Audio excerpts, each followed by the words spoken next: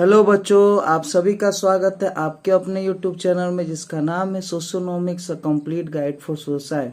तो बच्चों, आज मैं क्लास 9th सिविक्स का एक इम्पॉर्टेंट चैप्टर लेकर के आया हूं और इस चैप्टर का नाम है इलेक्टोरल पॉलिटिक्स। तो बच्चों, मैंने ऑलरेडी क्लास 9th में बहुत सारे वीडियोस को अपलोड कर दिया है और मुझे पूरा विश्वास है कि आप लोगों ने मेरे सारे प्रीवियस वीडियोस को अंत तक जरूर देखा होगा, ताकि आपका जो भी कॉन्सेप्ट है अलग अलग चैप्टर्स का क्लास 9th में वो आपका क्लियर हो जाए। तो बच्चों, आज मैं इस लेक्चर को शुरू करने जा रहा हूँ आज के मोटिवेशनल कोट के साथ, और आज का मोटिवेशनल कोट है the time is always right to do what is right. इस मोटिवेशनल कोट का अर्थ ये बच्चों कि सही काम करने के लिए हमेशा समय सही होता है। तो बच्चों, यदि आपने अभी तक सोशियोनॉमिक्स यूट्यूब चैनल को सब्सक्राइब नहीं किया तो प्लीज़ इसे सब्सक्राइब कर ले और इसे ज़्यादा से ज़्यादा लोगों के बीच में शेयर करें, ताकि आपका सपोर्ट मुझे मिलता रहे और मैं आपके लिए इसी तरीके से क्वालिटी वीडियोस को अलग अलग टॉपिक्स के ऊपर बनाते रहूं। तो आइए बच्चों, सबसे पहले हम लोग देखते हैं कि इलेक्शन आखिर होता क्या है। तो इलेक्शन इज अ सिस्टम और process through which representatives are elected as per wish of the people.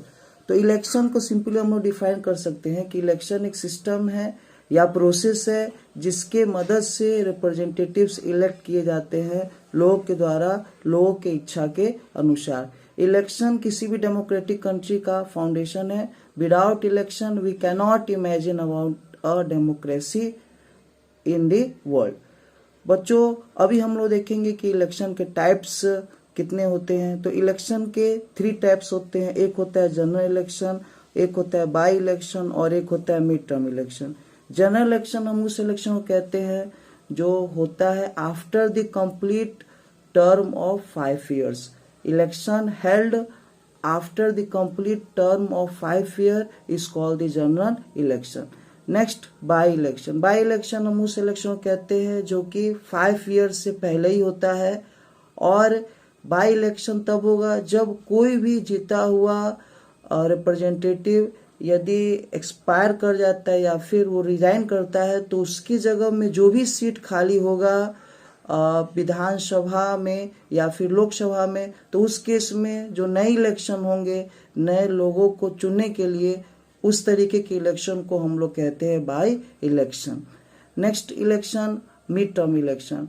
जब कोई भी गवर्नमेंट अपने 5 years के टर्नर को पूरा करने से पहले ही जो है हट जाता है, तो उस केस में फिर फ्रेश इलेक्शन होते हैं, और जो फ्रेश इलेक्शन होकर के नए गवर्नमेंट का फॉर्मेशन होता है उसके लिए जो इलेक्शन कंडक्ट किए जाते हैं उससे ही मिड टर्म इलेक्शन बोला जाता है। अब गवर्नमेंट हटेगा कब? जब गवर्नमेंट अपना मेजोरिटी को लूज कर देगा या फिर जब किसी भी स्टेट में प्रेसिडेंट रूल डिक्लेयर कर दिया जाएगा, तो उस केस में जो रूलिंग गवर्नमेंट है वो हट जाएगा और उसके जगह पे नए गवर्नमेंट के फॉर्मेशन के लिए जो इलेक्शन कराए जाएंगे उसे मिड टर्म इलेक्शन कहा जाएगा। बच्चों, आइए हम लोग देखते हैं नीड ऑफ इलेक्शन। तो इलेक्शन क्यों जरूरी है इसके बारे में हमें जानना बहुत ही जरूरी है। तो बच्चों, आप देखिएगा कि इलेक्शन के कुछ नीड्स के बारे में मैंने इस लेक्चर में आपको बताया है। Election offer chance to citizen to elect and change their representative at regular interval as per their wish. Election जो है वो चांस देता है सिटीजन्स को कि सिटीजन्स अपने रिप्रेजेंटेटिव को इलेक्ट करे, साथ में जो भी रिप्रेजेंटेटिव सिटीजन्स के विश के अनुसार काम नहीं कर रहे हैं तो उन्हें हटा दे उनके पद से।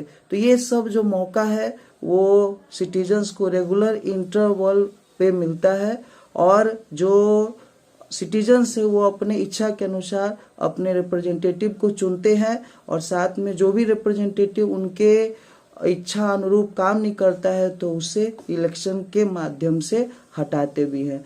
तो इलेक्शन जो है सिटीजन्स को मौका देता है कि वो अपने रिप्रेजेंटेटिव्स को इलेक्ट करे और साथ में रिमूव करे ऐसे रिप्रेजेंटेटिव्स को जो रिप्रेजेंटेटिव सिटीजन्स के विश के अनुसार काम नहीं कर रहे हैं। नेक्स्ट नीड जो है इलेक्शन का वो है it promote sense of equality and trust of citizens towards government. तो इसका मतलब ये है बच्चों कि इलेक्शन की वजह से लोगों के बीच में इक्वालिटी बढ़ता है और साथ में लोगों का भरोसा भी बढ़ता है गवर्नमेंट के ऊपर। आप देखिएगा कि इलेक्शन के समय में हर एक लोगों को हमारे देश में इक्वल वोटिंग राइट्स मिलते हैं और इसके कारण इक्वालिटी प्रमोट होता है लोगों के बीच में। हर एक लोग जो है अपने आप को इक्वल मानते हैं इलेक्शन में, क्योंकि हर एक लोगों को वोटिंग राइट्स मिलता है और हर एक वोट का जो वैल्यू है वो भी सेम होता है। साथ में आप देखिएगा कि गवर्नमेंट जो बनता है वो लोगों के इच्छा के अनुसार ही बनता है इलेक्शन के वजह से, और इस कारण से जो लोगों का विश्वास है गवर्नमेंट के ऊपर वो काफी बढ़ जाता है। Next, it avoids the establishment of dictatorial rule in the country.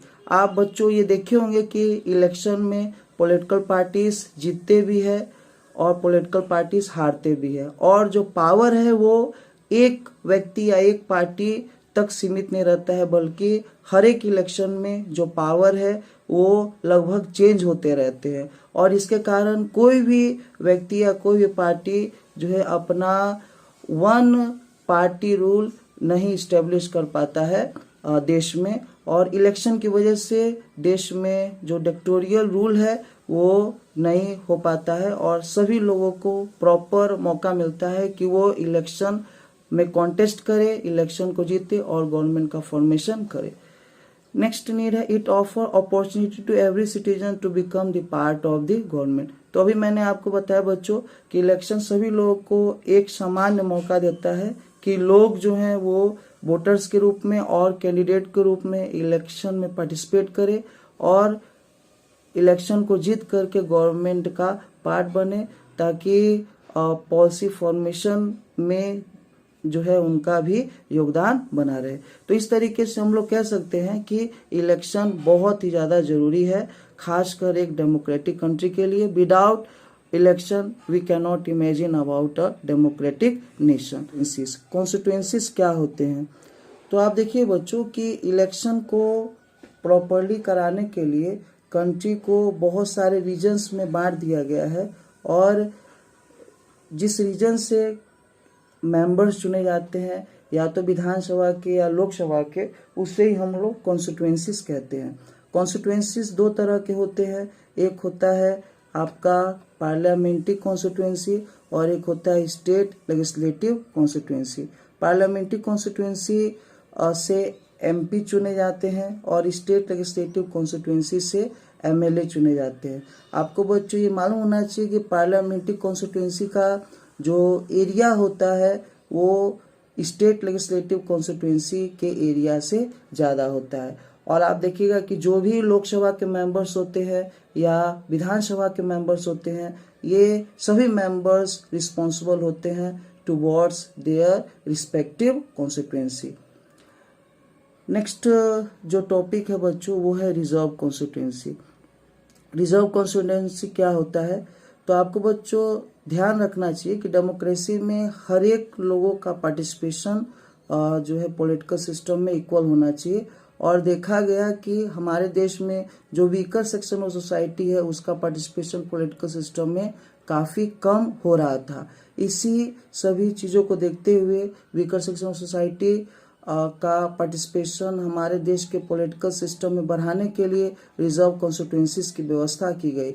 Reserve constituency उस कॉन्स्टिट्यूएंसी को कहा जाता है जिसमें रिजर्वेशन दिया जाता है वीकर सेक्शन ऑफ सोसाइटी को, जैसे कि एससी, एसटी और वीमेन, ताकि जो वीकर सेक्शन ऑफ सोसाइटी है उसका पार्टिसिपेशन हमारे देश के पॉलिटिकल सिस्टम में बढ़े और वीकर सेक्शन ऑफ सोसाइटी को भी प्रॉपर रिप्रेजेंटेशन मिले सेंट्रल लेजिस्लेचर में भी और स्टेट लेजिस्लेचर में भी। तो हम लोग कह सकते हैं कि reserve constituencies are those constituencies that are reserved for the weaker section of society, namely SC, ST and women।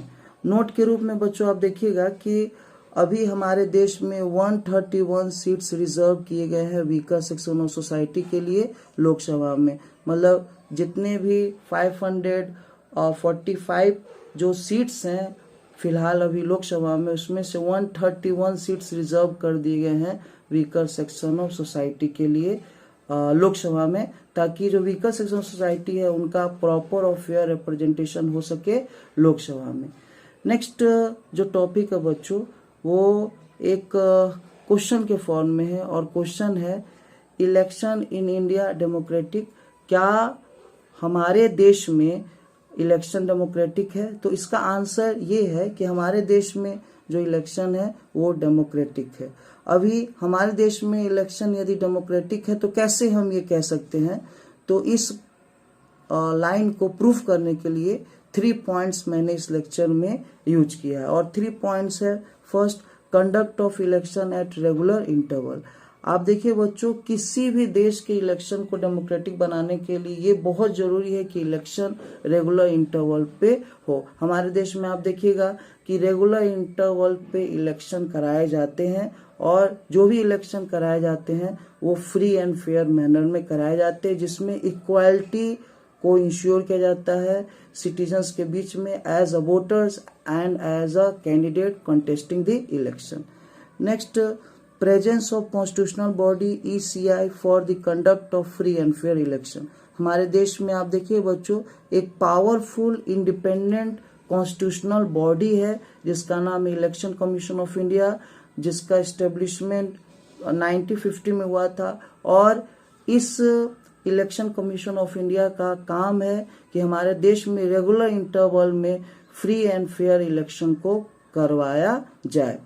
Next आप देखिए बच्चों, presence of multi party system and universal adult franchise. हमारे देश में मल्टी पार्टी सिस्टम है, और multi party system में बहुत सारे पॉलिटिकल पार्टीज हैं, और जो वोटर्स हैं उनको अपनी इच्छा के अनुसार इलेक्शन के समय में पॉलिटिकल पार्टीज को वोट देना होता है। साथ में हमारे देश में यूनिवर्सल एडल्ट फ्रेंचाइज भी है। इसका अर्थ ये बच्चों कि हमारे देश में जितने भी लोग हैं जिनका उम्र 18 ईयर्स और उससे ज़्यादा है उन्हें वोट देने का अधिकार है। तो आप देखिएगा कि हमारे देश में इलेक्शन रेगुलर इंटरवल में होता है। हमारे देश में इलेक्शन को कराने के लिए एक इंडिपेंडेंट पावरफुल कॉन्स्टिट्यूशनल बॉडी है जिसका नाम इलेक्शन कमीशन ऑफ इंडिया, जो कि फ्री एंड फेयर इलेक्शन को कंडक्ट कराता है हमारे देश में। साथ में हमारे देश में मल्टी पार्टी सिस्टम है जो कि वाइड चॉइस को ऑफर करता है वोटर्स को वोट देने के समय इलेक्शन में। और साथ में हमारे देश में यूनिवर्सल एडल्ट फ्रेंचाइज है।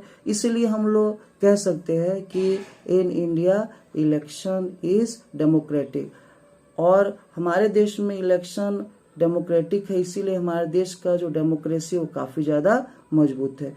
तो बच्चों, आपको ये वीडियो कैसा लगा आप कमेंट करके ज़रूर बताइएगा, और यदि इसी तरह का वीडियोस आप देखना चाहते हैं तो please share subscribe my YouTube channel, and the name of my YouTube channel is Socionomics, a complete guide for suicide. Thank you very much to all of you.